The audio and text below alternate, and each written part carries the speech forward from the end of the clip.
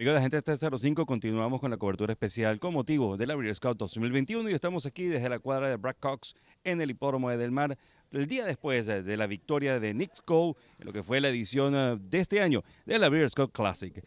Before everything, Brad, congratulations. That was such an amazing and wire-to-wire performance of KNICKS GO. What's your first thoughts about this incredible victory for this amazing horse? Well, he just for him to perform at a mile and a quarter, I was pretty confident he could get the mile and a quarter.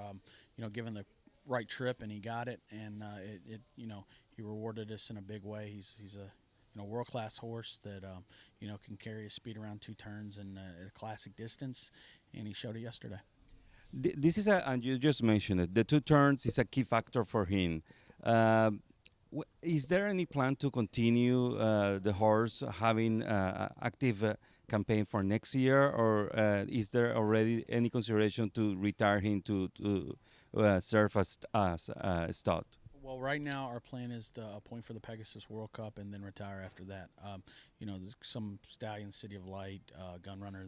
They were successful in Breeders' Cup events and then had one last run in the Pegasus. So that's our plan right now. We'll, obviously ship him back to Kentucky on Tuesday, and if all's well, we'll point for the Pegasus. No consideration of the Dubai World Cup that is in two terms? No, that would interfere with his breeding season. So, as much as I would like to take him over there and him compete in the race, I don't think it would happen just due to the breeding season getting underway mid-February. One of the things that I like about this horse, as well as essential quality, you came the day after and they look fresh, like they didn't run. Yeah, they were both very eager to run yesterday. Happy with the way they walked over, presented themselves, and but they were a little tired this morning. I mean, they're big, strong colts that put a lot into their race, obviously, but you could tell they weren't quite as sharp as they were leading up to the race. We're around them every day, and but both of them, from a soundness standpoint, look amazing this morning. Very happy with the way they both look. But overall, you can see some of the sharpness that wore off from their mile and a quarter journey yesterday. Essential Quality has been a very special horse for you. It gave you the Belmont Stakes and so many nice victories last year, the Breeders' Cup Juvenile. What it means for you to say him a goodbye for his new role as a stud next year? Well, obviously sad to see him go. He's to say he's spoiled is an understatement. He sees me in the office and he won't go by without a peppermint. So he's a really cool horse. He means a lot to us, and he was really our first big colt that had us really thinking that we could win the Kentucky Derby. Obviously, we had Mandaloon as well, but this horse was a champion 2-year-old. He won a Breeders' Cup Juvenile on the dirt. To me, is like aside from the classics, the biggest race you can win. If you can win that race, it basically seals a stallion deal, and that's what people have colts and stallions or colts for.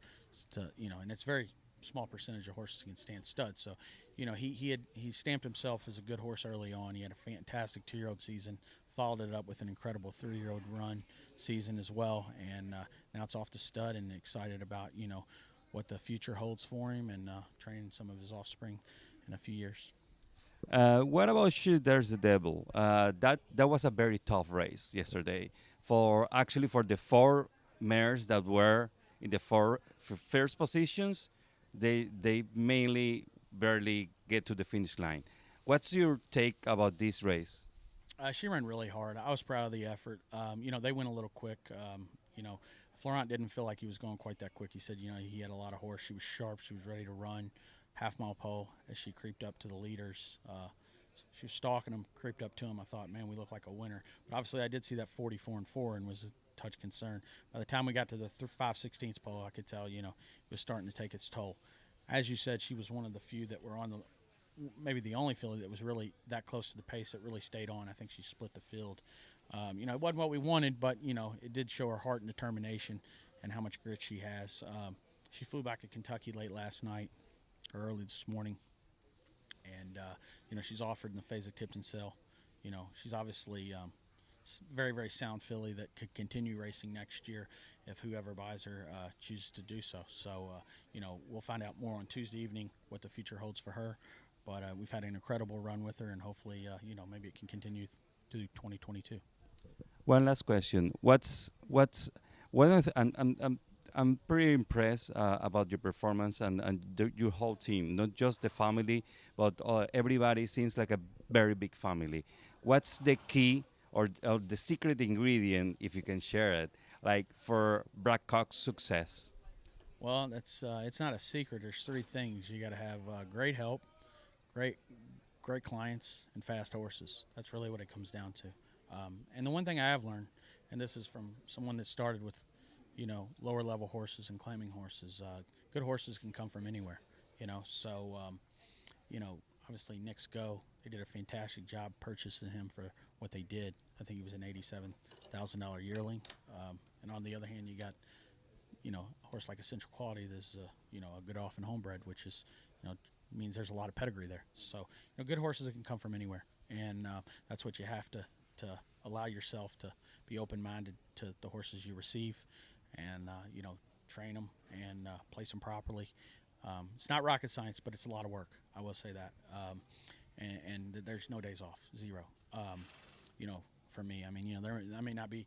I'm at the barn most mornings very, very early, but if there's always phone calls to be taken, places, spots to pick out for horses. So it's it's very, very demanding and very time consuming. And, I actually have to thank my family for putting up with me, because this is a labor of love, and it does take away from family time a lot. I love my family, and they mean the world to me, but you do miss out on a lot of things, but they're along for the ride with me, and it means a lot.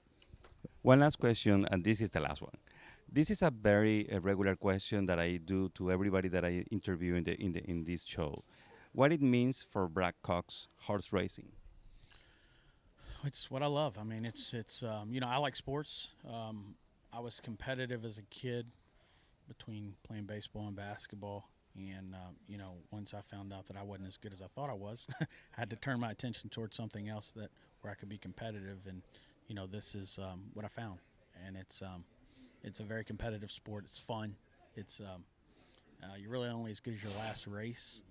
It's demanding once again, and it's just I'm not only a horse trainer, but I'm a fan of racing. I love racing. I grew up watching racing, and it's I think back of all the trainers I watched: Charlie Winningham as a kid, Bobby Frankel, Richard Mandela, all these guys here on the West Coast, and now to be in a position, Bob Baffert, and now to be in a position to competing against some of those guys, just it's really a dream come true. When I started this, I mean, once again, you start on the bottom, you got to work your way up, and it means a lot. Once again, it's horses, help, and clients. It's really what gets you there. There's no doubt about it. Thank you very much, Brad. As usual, we do appreciate the time that you provide us, and we continue not just cheering your success, but supporting and being happy to have you here. Thank you very much. Thank you. Y así continuamos con más de la cobertura especial de Agentes 305 en directo desde Del Mar de la Breeders' Cup 2021.